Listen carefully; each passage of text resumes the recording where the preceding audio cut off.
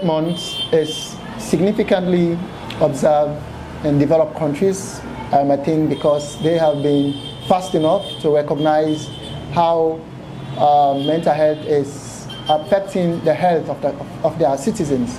And so therefore, they see the need to set aside a specific month, which is May, to actually amplify mental health issues, talking about educations, raising the awareness, and helping people who are really experiencing mental health problem, but also deals with stigma.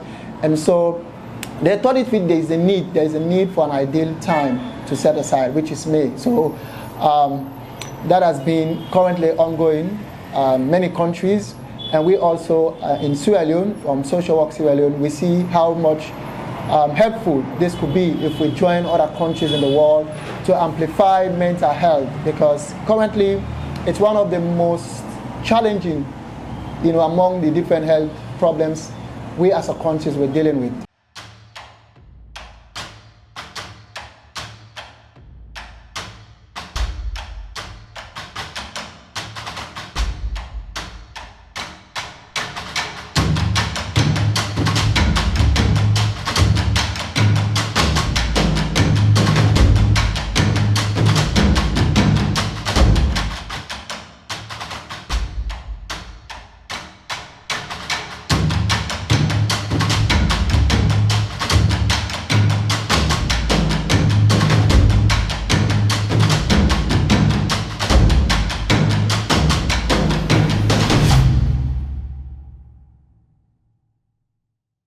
It comes with also resources. Currently we are doing this, voluntarily and single-handedly. We don't have any form of support. We are tapping from the support that we are getting from the Sunday feeding program, and we are also stretching that support, to addressing or to commemorating the Mental Health Week.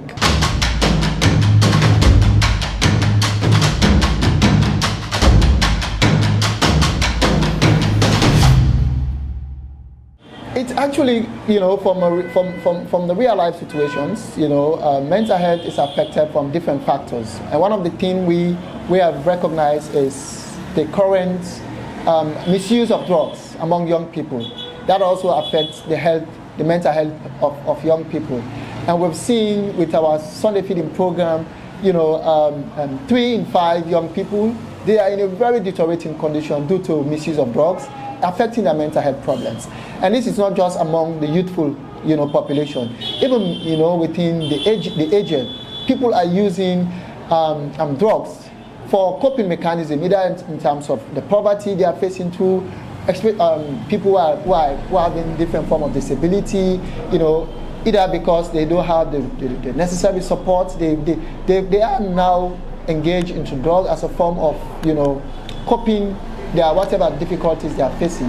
So that is why we deem it necessary to choose a specific week in this month, especially during our Sunday feeding program, coming up with educations through drama and other form of,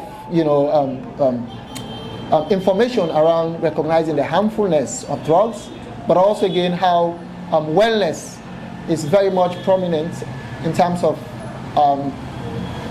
as every human being, your health is very much paramount in keeping you productive and healthy. We actually incorporated this celebration into our Sunday feeding program by serving food, but also then doing engagement. This engagement comes with drama, comes with some form of educational and psychoeducation, where we do more of information sharing in terms of wellness, how they should be recognized, their lifestyle in terms of, practicing healthy lifestyles. But also again, the drama is more focusing on the misuse of drugs and how drugs can lead people to miss opportunities, can also lead their life to become deteriorated, and also, of course, affecting their dignity as a human being. So that is all part of our awareness engagement.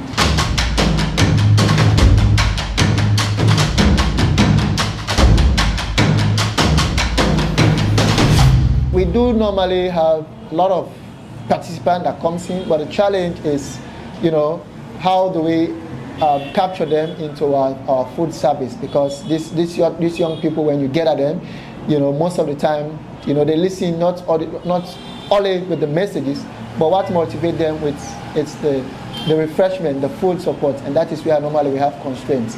Because of our service, our homeless service program, which is largely our users within the central business district. So homeless population, the large constituency of homelessness are within the central business districts, and these streets constitute, part of the CBD areas. So you can find many homeless youth within these areas, and so that is the reason why they become area of targeted. And there's more areas we want to reach. It's not just within those areas. Social work, we have a particular approach that called relationship-based approach, and we have seen how this is working in terms of combating drugs, building relationship, creating, because it's a form of relationship.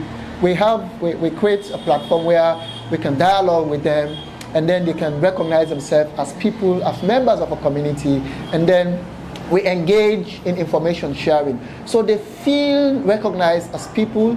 They have been feel left out by either family members or government. But these programs, most of the time, they feel very much appreciated, that they think they're still meaningful in society, and they give them an opportunity to express their own stories, their own challenges, and also making a commitment that if really, they have more of this and more support, they are ready to make a new turn in their life. So all what is missing in terms of our approach is additional support in terms of the right equipment, like rehabilitations, helping people with drugs, substance abuse does not tap in drama. There's more in terms of how we can provide them, either therapy, other form of empowerment that can rebuild their life. So this is just a stage that we can create the relationship in terms of how there is possibility in terms of making a new life for themselves. And they have seen that, because all of the drama centered around the harmfulness of drugs and also the missing of opportunities. So they see themselves into the drama, and then they have this urge, to really make a new life for themselves. But like we said, we are very much limited in terms of what they're expected to get them through to really what they want as young people. It's a community concern, it's a country concern, so government has a role to play to actually, it's a collective responsibility, exactly, where, there is a huge gap in terms of youth empowerment in this country. And also, again, there is a less support when it comes to youth support programs. Programs like ours, we're expecting, to have support from either other, non-governmental organization or government. But more importantly, what we are looking forward to is to have structures for where we can do referrals, either in terms of empowerment, either in terms of healthcare, either whatever. There should be, well organized and structured support for youth like this who are in crisis, how we can rebuild their life. But all of this, we have many of them who have engaged us that they really want to make a meaningful life for themselves. They want to get themselves engaged. They want to really get, the treatment in terms of getting the drug out of the system, and how they can be more focused in terms with development, that they can live a productive life. But we are also, like I said, we're very much limited. We don't have those institutions that we can refer them with.